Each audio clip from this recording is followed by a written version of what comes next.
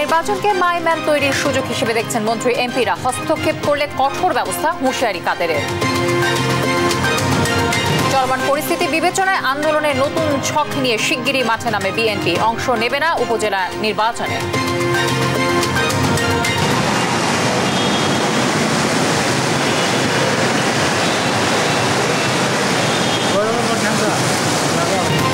তীব্র গরমের মধ্যে দিন শেষে বৃষ্টিতে কিছুটা স্বস্তি। 20 এপ্রিলের পর তাপমাত্রা ছাড়াবে 42 ডিগ্রি, সতর্ক করল আবহাওয়া অফিস।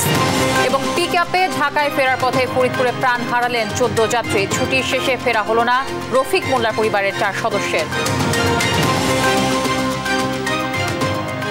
দর্শক, আমন্ত্রণ সংবাদ রাতে। শুনছিলেন সংবাদ শিরোনামগুলো, সঙ্গে রয়েছে আমি তানজিয়া জুথি। উপজেলা নির্বাচনে মাই ম্যান তৈরির সুযোগ দেয়া হবে না সংসদ সদস্য ও মন্ত্রীদের। আওয়ামী লীগ নেতারা বলছেন যে যারা দলের সিদ্ধান্তের বাইরে গিয়ে পেছনে থেকে প্রার্থী দিচ্ছেন তারা সভাপতি শেখ হাসিনার বার্তাকে তোয়াক্কা করছেন না। এতে তাদের ভবিষ্যৎ রাজনীতি সুখকর হবে না। জানান, তৃণমূলে নেতৃত্ব তৈরি করতেই স্থানীয় সরকার নির্বাচনে দলীয় প্রতীক দিচ্ছে না আওয়ামী লীগ। জয় যাদবের রিপোর্টে বিস্তারিত। প্রথম ধাপে 152টি উপজেলায় 8 মে এবং দ্বিতীয় ধাপে 161টি উপজেলায় 21 মে ভোট হবে। জাতীয় নির্বাচনের মতো এবার উপজেলা নির্বাচনেও স্বতন্ত্র প্রার্থী উন্মুক্ত করেছে ক্ষমতাসীন আওয়ামী লীগ। এই সুযোগে উপজেলা পরিষদ নিজেদের দখলে রাখতে মরিয়া সংসদ সদস্য ও মন্ত্রীরা। কোথাও অনুগতদের প্রার্থী করেছেন, কোথাও বা নিজের স্বজনদের দাঁড় করিয়েছেন তারা। ফলে তৃণমূলে বাড়ছে দ্বন্দ্ব, সংঘাত। নেতারা বলছেন, যারা এই কাজ করছেন তারা দলের ঐক্য নষ্ট করছেন। এর পরিণতি ভালো হবে না। আমাদের পার্টির সভাপতি মাননীয় প্রধানমন্ত্রী শেখ হাসিনার বার্তাকে তিনি তোয়াক্কা না করার ধৃষ্টতা দেখাচ্ছে। এগুলো করে আসলে ওই এমপি সাহেব যিনি কোনো পক্ষ নিয়েছেন, তিনি আসলে তার জন্য আগামী দিনের রাজনীতির জন্য তার বুমেরাং হয়ে দাঁড়াবে। যারা মাইমান সৃষ্টি করতে চায়, যারা নিজের ঘনিষ্ঠজন, ছেলে মেয়ে, স্ত্রী, কন্যা, ভাগিনা, শালক এ ধরনের শোনা যায়, এ ধরনের প্রার্থীকে দাঁড়া করিয়ে নির্বাচনে জয়লাভ করার চেষ্টা চালায়। এটা এক ধরনের দলের ভিতরে অনৈক্য সৃষ্টি করা হবে। পেছন থেকে কাউকে সমর্থন দিয়ে, কারো প্রতি বিশেষ দরদ দেখিয়ে বাকি প্রার্থীদেরকে তারা দূরে ছেড়ে দিলে আলটিমেটলি তারাই ক্ষতিগ্রস্ত হবেন। ভোটারদের ব্যাপক অংশগ্রহণের মাধ্যমে নির্বাচন গ্রহণযোগ্য করে তোলাই লক্ষ্য আওয়ামী লীগের। সেক্ষেত্রে বিএনপির অংশ না নেওয়াকে খুব একটা গুরুত্ব দিচ্ছেন না নেতারা। জানান, এর মাধ্যমে তৃণমূলে দলের নেতাদের জনপ্রিয়তা যাচাই হবে। আমরা চাই জনপ্রিয়তা যাচাই হোক, জনপ্রিয়তার মাপকাঠিতে জনগণের ভোটে যে জিতবে তিনি স্থানীয় সরকারের প্রতিনিধিত্ব করুক। এই নির্বাচনগুলিতে কিন্তু একটি লিডারশিপ তৈরি হয়, লিডারশিপ বেরিয়ে আসে। একটি ভালো নেতৃত্ব বেরিয়ে আসাটার লক্ষণই কিন্তু এই আওয়ামী লীগের এই সিদ্ধান্ত। এটি বিএনপিকে বা কাউকে কোণঠাসা করবার জন্য করা হয়নি। একটি বিষয় আপনাকে বা আমাদের সবাইকে উপলব্ধি করতে হবে যে আমরা গণতান্ত্রিক প্রক্রিয়াটিকে জোরদার করতে চাই, গণতান্ত্রিক প্রক্রিয়াটির ধারাবাহিকতা রাখতে চাই। আওয়ামী লীগ নেতারা জানান, যে সকল সংসদ সদস্য ও মন্ত্রী এখনো বিশেষ কোনো প্রার্থী বা স্বজনের পক্ষে কাজ করছেন তাদেরকে ঈদের পর কঠিন বার্তা দেওয়া হবে। সেই ভুলের খেসারতটি তাদের করুণ পরিণতির মধ্য দিয়েই দিতে হয়। জয় যাদব, দেশ টিভি, ঢাকা। এদিকে আবারও দলীয় মন্ত্রী এমপিদের উপজেলা নির্বাচনে হস্তক্ষেপ না করতে নির্দেশ দিয়েছেন আওয়ামী লীগ সভাপতি প্রধানমন্ত্রী শেখ হাসিনা। দুপুরে ধানমন্ডিতে দলের সাধারণ সম্পাদক ওবায়দুল কাদের জানান, বিএনপি উপজেলা নির্বাচনে আসবে না বললেও তাদের অনেক নেতা অংশ নিচ্ছেন। তৌফিক মাহমুদ মুন্না জানাচ্ছেন বিস্তারিত। উপজেলা পরিষদ নির্বাচনের প্রথম ধাপে 63টি উপজেলায় 3টি পদের বিপরীতে 1891 জন প্রার্থী মনোনয়নপত্র জমা দিয়েছেন। আগামী 8 মে অনুষ্ঠিত হবে প্রথম ধাপের নির্বাচন। চতুর্থ ধাপে উপজেলা নির্বাচন শেষ হবে। এমন বাস্তবতায় উপজেলা নির্বাচন নিয়ে দলীয় অবস্থান আবারও স্পষ্ট করল আওয়ামী লীগ। দুপুরে দলটির সভাপতি রাজনৈতিক কার্যালয়ে কথা বলেন ওবায়দুল কাদের। সাফ জানান, দলীয় প্রধানের নির্দেশ কেউ নির্বাচনে প্রভাবিত করতে পারবে না। প্রধানমন্ত্রী নির্দেশ দিয়েছেন মন্ত্রী এমপিদের নির্বাচনে প্রভাব বিস্তার না করতে, নির্বাচন যাতে সুষ্ঠু শান্তিপূর্ণ পরিবেশে অনুষ্ঠিত হয়, কেউ কোনো প্রকার হস্তক্ষেপ করবে না, এটা মাননীয় প্রধানমন্ত্রীর নির্দেশ। প্রশাসনও কোনো প্রকার কোথাও ইন্টারসেপ্ট করবে না। ওবায়দুল কাদের বলেন, বিএনপি উপজেলা নির্বাচন বর্জনের কথা বললেও তাদের অনেকে নির্বাচনে অংশ নিচ্ছে। বিএনপি প্রকাশ্যে উপজেলা নির্বাচনে বিরোধিতা করলেও আমাদের জানা মতে স্থানীয় পর্যায়ে তাদের অনেকেই নির্বাচনে অংশ নিচ্ছে। কোনো আবেদন পাবলিকের কাছে নেই, পাবলিকের কোনো সম্পৃক্তি নেই। আর পাবলিকের কোনো সম্পৃক্তি যে আন্দোলনে নেই, সেটা কোনো আন্দোলন। উপজেলা নির্বাচনের টুকটাক ঝামেলা হলেও নিয়ন্ত্রণে থাকবে বলে জানান আওয়ামী লীগ সাধারণ সম্পাদক তৌফিক মাহমুদ মুন্না, দেশ টিভি, ঢাকা। বর্তমান সরকারের অধীনে সুষ্ঠু ও শান্তিপূর্ণ ভোটের পরিবেশ তৈরি হয়নি। বিদ্যমান অরাজকতা পরিস্থিতি আরও অবনতিশীল হওয়ায় ৮ মে থেকে শুরু হতে যাওয়া উপজেলা নির্বাচন ও বর্জনের সিদ্ধান্ত নিয়েছে বিএনপি। এক বিবৃতিতে এ ঘোষণা দিয়েছে দলটি। বিবৃতিতে বলা হয়, আওয়ামী লীগ সরকারের অধীনে সব জাতীয় ও স্থানীয় নির্বাচনে প্রতিদ্বন্দ্বী বিরোধী দলের প্রার্থীদের হামলা, মামলা ও হয়রানির শিকার হতে হয়েছে। এর আগেও সংসদ ও স্থানীয় সরকার নির্বাচন বর্জন করেছিল বিএনপি। সবশেষে সোমবার রাতে দলটির স্থায়ী কমিটির ভার্চুয়াল সভায় উপজেলা নির্বাচন বর্জনের সিদ্ধান্ত নেওয়া হয়। রাজনৈতিকভাবে মোকাবেলা করতে ব্যর্থ হয়ে সরকার বারবার আইনশৃঙ্খলা রক্ষাকারী বাহিনীকে বিরোধী দলের মুখোমুখি করছে বলে অভিযোগ করেছে বিএনপি। দলটির নেতাদের দাবি, চলমান পরিস্থিতি বিবেচনায় গণতন্ত্র পুনরুদ্ধারে নতুনভাবে ছক কষে মাঠে নামবে বিএনপি। সাইফুল রিপনের রিপোর্টে বিস্তারিত। একটি নির্দলীয় নিরপেক্ষ সরকারের অধীনে নির্বাচনের মধ্য দিয়ে দেশে জনগণের সরকার প্রতিষ্ঠার দাবিতে গেল প্রায় ১৬ বছর রাজপথে সরব বিএনপি। এক দফা দাবি আদায়ে একের পর এক লক্ষ্যের কাছাকাছি গিয়েও শেষ পর্যন্ত আন্দোলনের ফসল ঘরে তুলতে ব্যর্থ হচ্ছে দলটি। কেন বারবার তীরে এসে আন্দোলনের তরি ডুবছে, এমন প্রশ্ন ছিল বিএনপি নেতাদের কাছে। দেশের ৯৫% মানুষের সমর্থন আমাদের থাকা সত্ত্বেও আমরা একটা নির্বাচন আদায় করতে পারিনি। এর কারণ খুব স্পষ্ট। প্রথমত হলো যে আমাদের আন্দোলন এই ফ্যাসিবাদী দানবীয় সরকারের বিরুদ্ধে, আইন শৃঙ্খলা বাহিনীর বিরুদ্ধে না, কিন্তু আমাদের মোকাবেলা করতে হচ্ছে আইন শৃঙ্খলা বাহিনীকে। যে কোনো উপায়ে দাবি আদায়ে তৃণমূল প্রস্তুত থাকলেও কেন্দ্রের নির্দেশনায় এখনো শান্তিপূর্ণ আন্দোলনেই ভরসা রাখছেন দলটির নেতারা। তৃণমূল তারা বাঁচা মরার লড়াই করতে চায়, কিন্তু আমরা এই দেশের স্বার্থে, দেশের মানুষের স্বার্থে, জনগণের স্বার্থে, যেহেতু আমরা দেশকে ভালোবাসি, আমরা অহিংস আন্দোলনের মাধ্যমে এই সরকারের পতন ঘটাবো ইনশাআল্লাহ।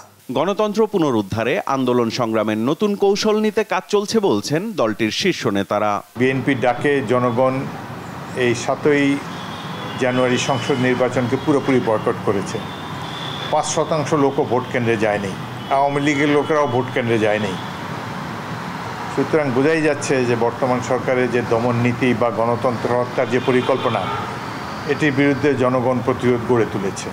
বিএনপি নতুনভাবে আন্দোলনের ছক কষে মাঠে নামবে এবং এবার সাধারণ জনগণের অংশগ্রহণ আরও বেশি হবে।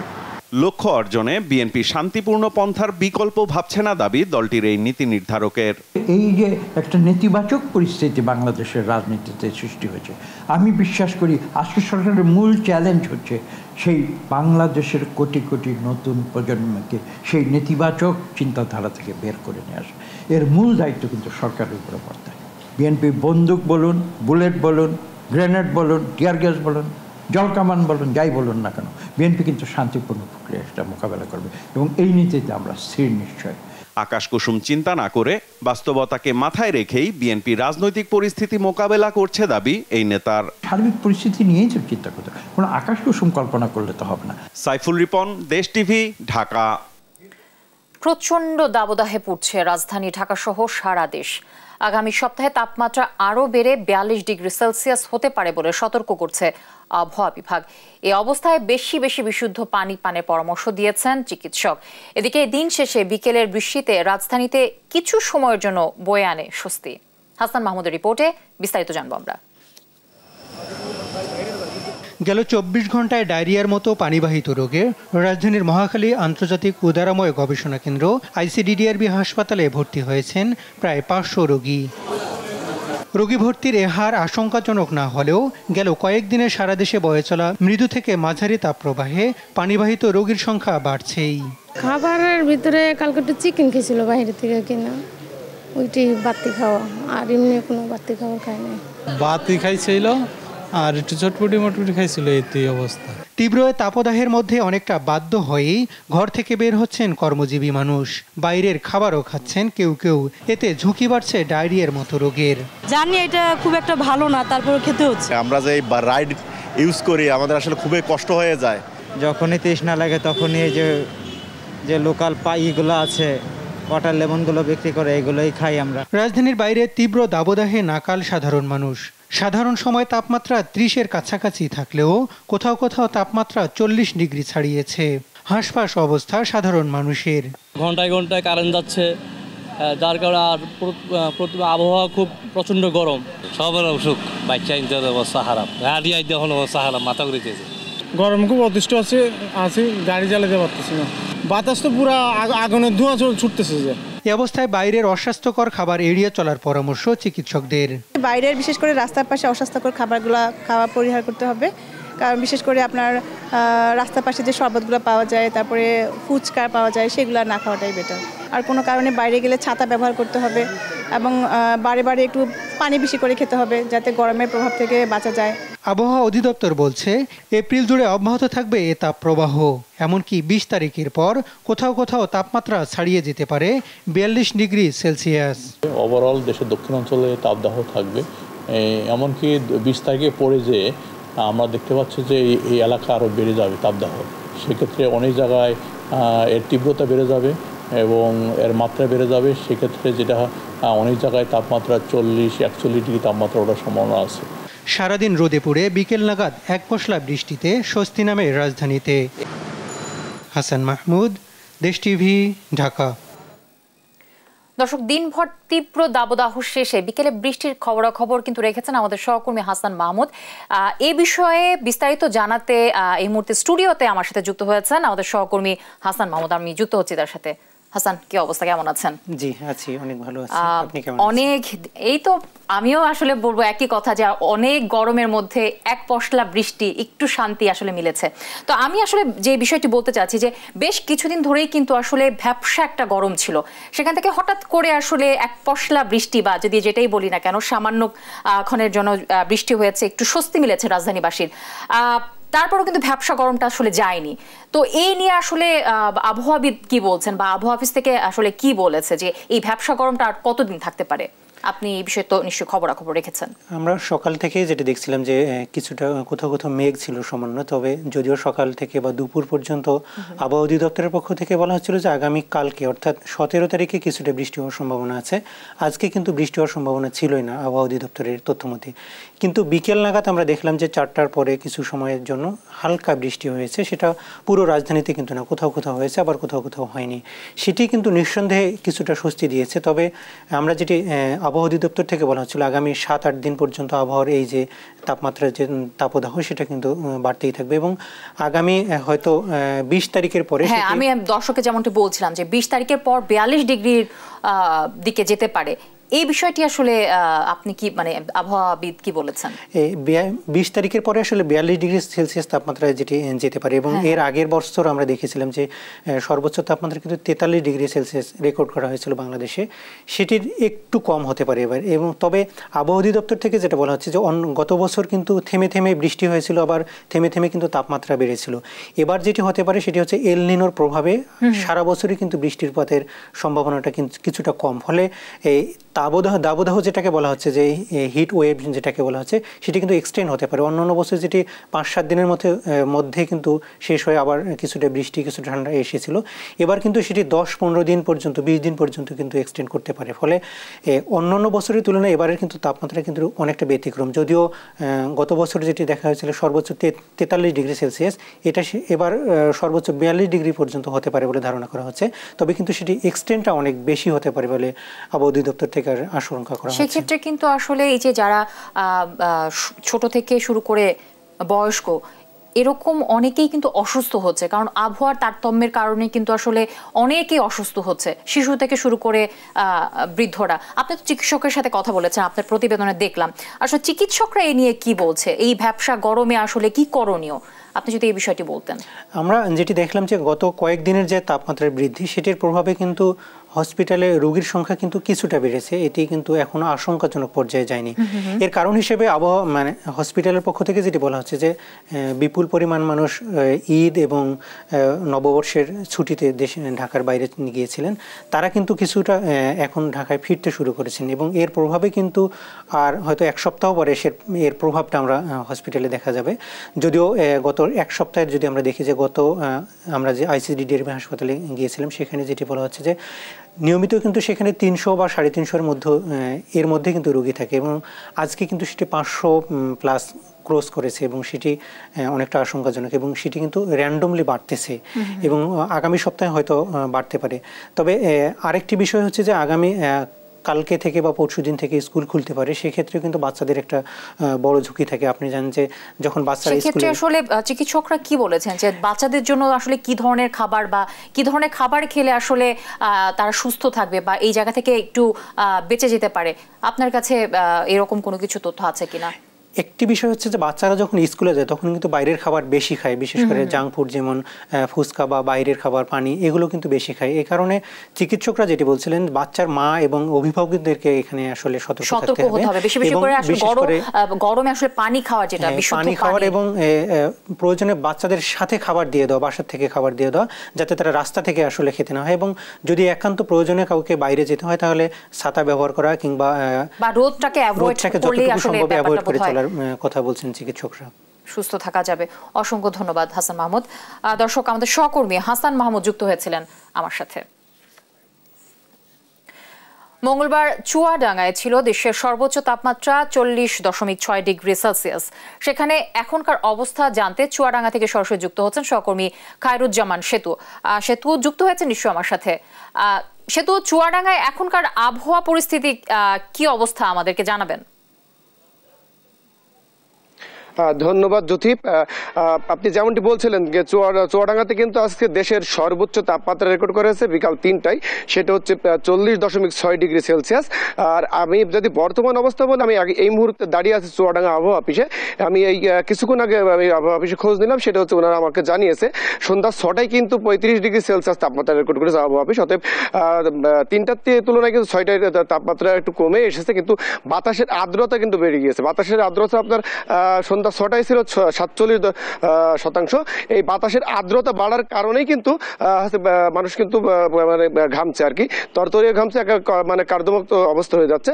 আচ্ছা, আমি যদি একটু জানিয়ে রাখি, সেটা হচ্ছে কিন্তু যেটা আবহাওয়া অফিস আমাকে যেটা জানিয়েছে সেটা হচ্ছে যে ঢাকা, চট্টগ্রাম, বরিশাল এই 3 বিভাগে যে গতকাল পর্যন্ত যে তাপমাত্রা ছিল, এই তাপমাত্রা আজকে একটু কমের দিকে আসছে, এটা কিন্তু ক্রমান্বয়ে কমতেই থাকবে। কিন্তু আমাদের খুলনা বিভাগে, বিশেষ করে চুয়াডাঙ্গা সহ আশপাশের জেলাতে কিন্তু এখন আর তাপমাত্রা কমার কিংবা বৃষ্টিপাতের কোনো সম্ভাবনা নেই, তাপমাত্রা কিন্তু ক্রমান্বয়ে বাড়তেই থাকবে, আমাদেরকে আবহাওয়া অফিস এমনটি জানিয়েছে। শুধু তাই না, সামনের সপ্তাহে নাকি 42 ডিগ্রি পর্যন্ত তাপমাত্রা ওঠার সম্ভাবনা রয়েছে।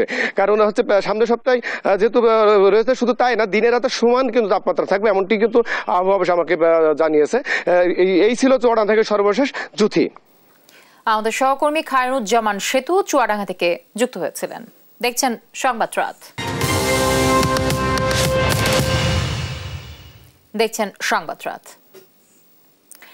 5% ভ্যাট অব্যাহতির মেয়াদ শেষ হওয়ায় ভোজ্য তেলের দাম বাড়ানোর সিদ্ধান্ত নিয়েছে উৎপাদক সমিতি। বোতলজাত সয়াবিন তেল লিটারে 10 টাকা বাড়িয়ে 173 টাকা, 5 লিটারের বোতল 845 টাকা এবং খোলা পাম অয়েল 132 টাকায় বিক্রির সিদ্ধান্ত নিয়েছেন তারা। তবে বাণিজ্য প্রতিমন্ত্রী জানান আগের দামে ফিরে যাওয়ার সুযোগ নেই। ইফতেখার রেজা রিপোর্টে বিস্তারিত। ভোজ্য তেলের দাম নিয়ন্ত্রণে উৎপাদন ও আমদানিতে ভ্যাট অব্যাহতি দেয় সরকার। এর মেয়াদ কয়েক দফা বাড়লেও 15 এপ্রিল শেষ হয় ভ্যাট অব্যাহতির মেয়াদ। এরপর দিন 16 এপ্রিল ভোজ্য তেলের নতুন দাম নির্ধারণ করে বিজ্ঞপ্তি দেয় তেল উৎপাদক সমিতি, Bangladesh vegetable oil refiners and Vanaspati manufacturers association. নতুন এই দামে বোতলজাত সয়াবিন তেল লিটারে 10 টাকা বাড়িয়ে 173 টাকা, 5 লিটার সয়াবিন তেল 845 টাকা এবং খোলা পাম তেল লিটার 132 টাকা করার প্রস্তাব করা হয়। কিন্তু এর পরপরই ঢাকা রিপোর্টার্স ইউনিটিতে এক অনুষ্ঠানে বাণিজ্য প্রতিমন্ত্রী জানান 5% ভ্যাটের অব্যাহতির মেয়াদ শেষ হলেও আগের দামে ফিরে যাওয়ার সুযোগ নেই। আমরা মাত্র 5% ডিউটি কমিয়েছিলাম তেলে। আপনি যেটা বললেন ডাটা ড্রিভেন, মানে খুব ভালোভাবে বলেছেন। আমরা ডাটার তেলের মূল্য ছিল 173 টাকা, আমরা 5 টাকা ট্যারিফ কমিয়েছিলাম। আগের দামে ফিরে যাওয়ার কোনো সুযোগ নাই। এ বিষয়ে ট্যারিফ কমিশন কাজ করছে উল্লেখ করে বাণিজ্য প্রতিমন্ত্রী আরো জানান আমদানি দাম দেখে নতুন দাম নির্ধারণ করা হবে। এখনো এ বিষয়ে সিদ্ধান্ত নেয়নি সরকার। ট্যারিফ কমিশন একটা আমদানি মূল্যের উপরে নির্ধারণ করে প্রাইস ঠিক করে। সো আমাদের ট্যারিফ কমিশন কাজ করতেছে কি দামে তারা র ম্যাটেরিয়াল আনতেছে, তার সাথে যৌক্তিক প্রসেসিং ফি ধরেই আমরা একটা দাম নির্ধারণ করে দিব। আন্তর্জাতিক বাজারের কারণে তেল ও কিছু আমদানি পণ্যের দাম বাড়ে, যার প্রভাব পড়ে দেশীয় বাজারে। বিষয়টি বিবেচনায় নিয়ে পণ্যের দাম সহনীয় রাখতে সরকার কাজ করছে বলেও জানান প্রতিমন্ত্রী। ইফতেখার রেজা, দেশ টিভি, ঢাকা। দর্শক, এই বিষয়ে আলোচনা করতে এই মুহূর্তে সরাসরি যুক্ত হচ্ছেন ভোক্তা অধিকার নিয়ে কাজ করার সংগঠন consumers association of Bangladesh cap এর সাধারণ সম্পাদক অ্যাডভোকেট হুমায়ুন কবির ভূঁইয়া। অ্যাডভোকেট হুমায়ুন কবির ভূঁইয়া, আপনাকে স্বাগত জানাচ্ছি। আপনার কাছে যে বিষয়টি আসলে প্রথমেই জানতে চাইব যে রমজানে যে তেল আসলে 163 টাকায় বিক্রি হলো, হঠাৎ করে কেন সেই তেলের দাম 10 টাকা বাড়াতে চাচ্ছে আসলে উৎপাদক সমিতি? বিষয়টি আসলে কিভাবে আপনি ব্যাখ্যা করবেন? ধন্যবাদ আপনাকে এবং আমাদের এই অনুষ্ঠান দেশ টিভির যে শ্রোতা এবং যারা দেশে বিদেশে দেখছেন সবাইকে ধন্যবাদ জানাই। আমি বলতে চাচ্ছি যে রমজান মাসে এই যে সয়াবিন তেল যেটা 5 লিটার যেটা বোতল ছিল, এটা কিন্তু কোনো কোনো জায়গাতে দেখা গেছে, যেমন আমি পুষ্টি তোয়ালি আমি কিনছি মিনা বাজার থেকে, সেখানে দেখা যাচ্ছে তারা এই 149 টাকা 80 পয়সা প্রতি লিটারে তারা সয়াবিন তেল বিক্রি করছে। তো সেইটা সরকারের নির্ধারিত মূল্য ছিল 163 টাকা। কিন্তু হঠাৎ করে এই মানে ভেজিটেবল ওয়েলফেয়ার রিফাইনারি অ্যাসোসিয়েশন কি কারণে যে 10 টাকা বাড়িয়ে দিল, এটার কোনো যৌক্তিক কারণ আছে বলে আমরা মনে করি না। কারণ আমাদের বাণিজ্য প্রতিমন্ত্রী যেটা বলছেন নাকি, এটা যুক্তি আছে যে বাজার থেকে অর্থাৎ বিশ্ব বাজারে আমরা যেখান থেকে আমরা এই সয়াবিন তেলটা আমরা যেটা ক্রুড আমরা ওইখান থেকে যেটা আমরা আমদানি করি, সেইটার উপরে সরকারের যে কি পরিমাণ ট্যাক্স দেয় সেটা আমাদের ট্যারিফ কমিশন নির্ধারণ করে।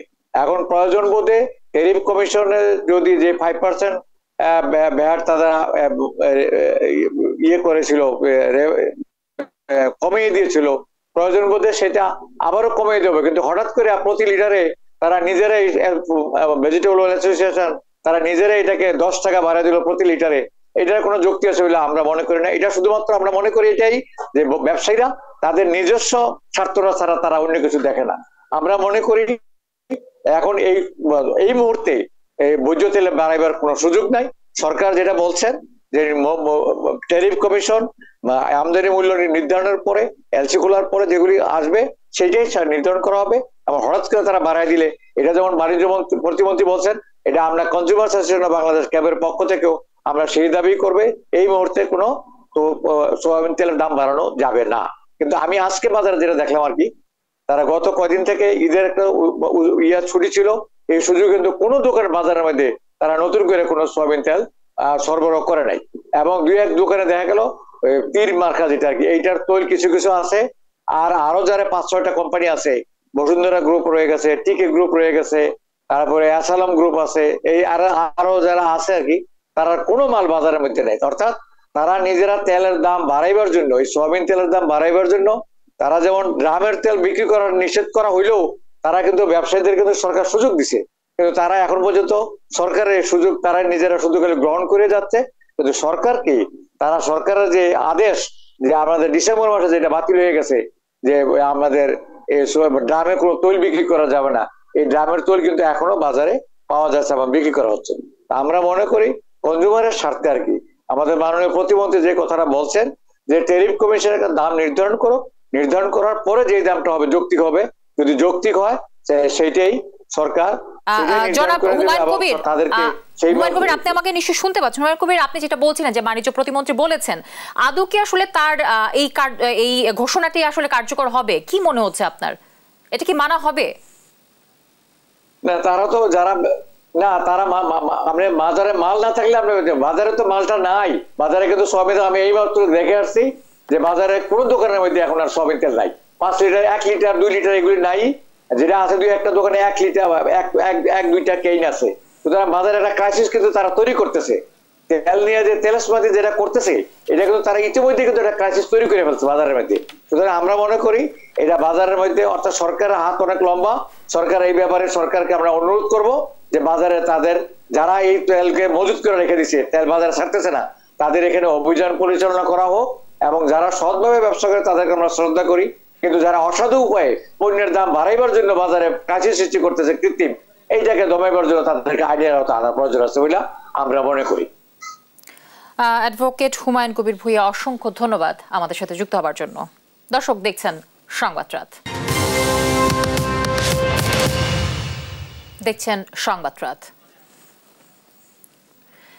ফের সড়কে ঝরল প্রাণ। ফরিদপুরে বাস ও পিকআপ ভ্যান সংঘর্ষে প্রাণ গেছে 14 জনের। নিহতদের মধ্যে 4 জনই একই পরিবারের। মঙ্গলবার সকালে ফরিদপুরের কানাইপুরে এ ভয়াবহ দুর্ঘটনাটি ঘটে। এদিকে ময়মনসিংহের তারাকান্দায় সড়কে প্রাণ গেছে 2 জনের। শফিকুল ইসলাম শামীমের তথ্য ও ছবিতে বিস্তারিত জানাচ্ছেন শুভশ্রী রায়। ঈদের ছুটি কাটিয়ে ঢাকায় ফেরা হলো না রফিক মোল্লার পরিবারের। স্ত্রী সন্তানদের নিয়ে পাড়ি জমালেন না ফেরা দেশে। বোয়ালমারী থেকে পিকআপে করে ফরিদপুর হয়ে ঢাকা যাচ্ছিলেন তারা। মঙ্গলবার সকালে ফরিদপুর যশোর মহাসড়কের কানাইপুর অংশে যাত্রীবাহী বাস ও পিকআপ ভ্যানের মুখোমুখি সংঘর্ষে 13 জন নিহত হয়েছেন। এই সময় ঘটনাস্থলেই মারা যান 11 জন।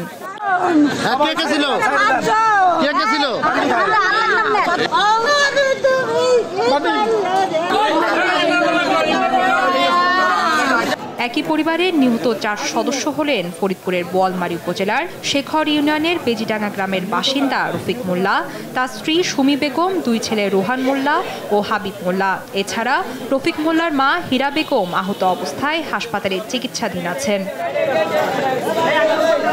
আহতদের উদ্ধার করে হাসপাতালে পাঠিয়েছে ফায়ার সার্ভিস। হাসপাতালে নেওয়ার পর প্রাণ হারান আরও 2 জন। পুলিশ জানায় ইউনিক পরিবহনের একটি যাত্রীবাহী বাস ঢাকা থেকে মাগুরা যাচ্ছিল। সকাল 8টার দিকে কানাইপুরের দিগনগর এলাকায় পৌঁছালে ফরিদপুরগামী একটি পিকআপ ভ্যানের সঙ্গে মুখোমুখি সংঘর্ষ হয়। এতে পিকআপ ভ্যানে থাকা 11 জন যাত্রী ঘটনাস্থলেই নিহত হন। আহতদের ফরিদপুর হাসপাতালে ভর্তি করা হয়েছে।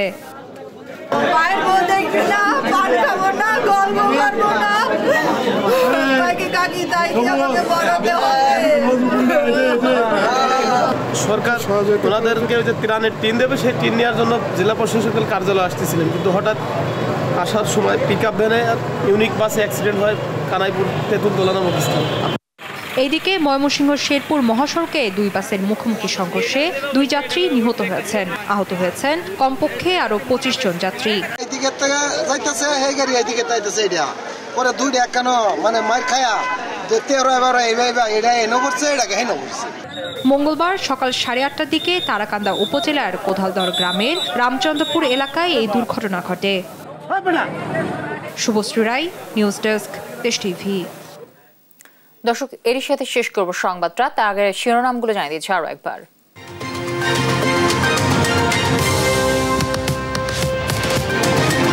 উপজেলা নির্বাচনকে মাই ম্যান তৈরির সুযোগ হিসেবে দেখছেন মন্ত্রী এমপিরা। হস্তক্ষেপ করলে কঠোর ব্যবস্থা হুঁশিয়ারি কাদেরের।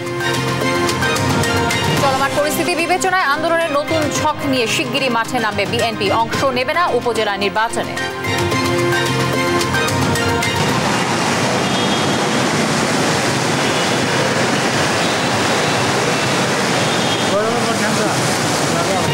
তীব্র গরমের মধ্যে দিন শেষে বৃষ্টিতে কিছুটা স্বস্তি। 20 এপ্রিলের পর তাপমাত্রা ছাড়াবে 42 ডিগ্রি, সতর্ক করল আবহাওয়া অফিস। এবং পিকআপে ঢাকায় ফেরার পথে ফরিদপুরে প্রাণ হারালেন 14 যাত্রী। ছুটি শেষে ফেরা হলো না রফিক মোল্লার পরিবারের 4 সদস্যের। দর্শক, এই ছিল এখনকার সংবাদ রাতে। পরে বুলেটিন দেখার আমন্ত্রণ রইল। এছাড়া দেশ টিভির সর্বশেষ সব খবর পেতে ভিজিট করুন www.desh.tv। ফেসবুকে আমাদের সঙ্গে যুক্ত থাকুন দেশ টিভি অথবা দেশ টেলিভিশন পেজে। এছাড়া সর্বশেষ সব ভিডিও পেতে ইউটিউবে আমাদের হ্যান্ডেল @দেশ টেলিভিশন অথবা @দেশ টিভি নিউজ লিখে সার্চ করুন। ধন্যবাদ সবাইকে সাথে থাকার জন্য।